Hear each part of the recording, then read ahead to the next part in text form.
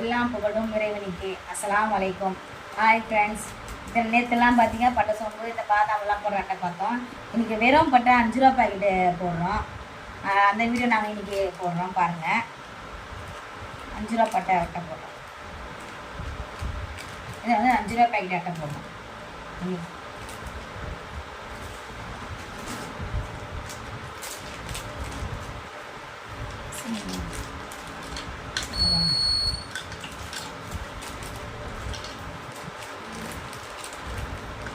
வெறும் பட்டை போடுறோம், சாதா பட்டைங்கள்ல அந்த பட்டை போடுறோம்.